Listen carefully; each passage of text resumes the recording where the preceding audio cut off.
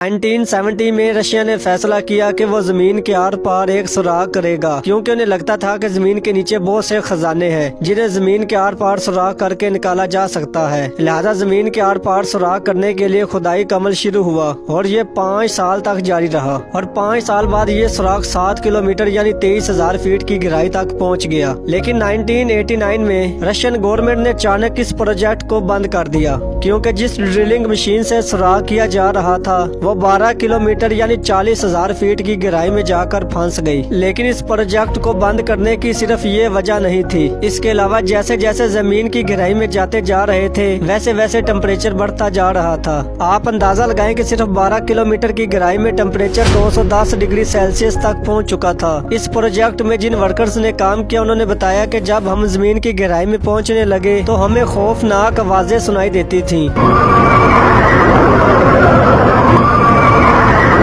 ये ऐसी खौफनाक आवाजें थी जो उन्होंने अपनी जिंदगी में कभी नहीं सुनी थी, और इन आवाजों के अलावा जमीन के अंदर खामोशी कभी कभी बहुत ज्यादा फील होती थी, जिसकी वजह से उन्हें बहुत ज्यादा खौफ आता था। इन पुरअसरार चीजों के अलावा एक चीज ये भी थी कि जमीन में जिस रफ्तार से ड्रिलिंग की जा रही थी, इस हिसाब से ये लोग 1140 साल में जमीन के सिर्फ आधे तक ही पहुँच पाते। तो सोचे जमीन के आर पार निकलने में कितना टाइम लगता। बहरहाल ये आज तक का जमीन पर इंसानों की तरफ से किया जाने वाला सबसे गहरा सुराग है, जिसे Kola super deep bore hole के नाम से जाना जाता है। और इस प्रोजेक्ट को बंद करने के बाद इस सुराग को हमेशा के लिए बंद कर दिया गया। मजीद ऐसी वीडियोस के लिए हमारी YouTube चैनल को भी लाजमी से सब्सक्राइब करें। मिलते हैं अगली शानदार वीडियो में।